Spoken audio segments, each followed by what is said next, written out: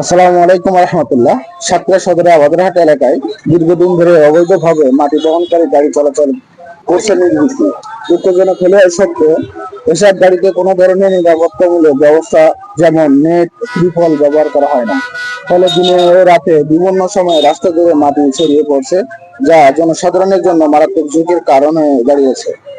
বিশেষ করে সামান্য বৃষ্টি হলে রাস্তা পিছলে হয়ে বড় ধরনের দুর্ঘটনার আশঙ্কা তৈরি হয়। এই বিষয় নিয়ে মাঝে মাঝে সুশীল সমাজ কথা বললেও আজ পর্যন্ত কার্যকর কোনো সমাধান দেখা যায়নি। প্রশাসনিকভাবে দৃশ্যমান কোনো পদক্ষেপ লক্ষ্য করা যায় না।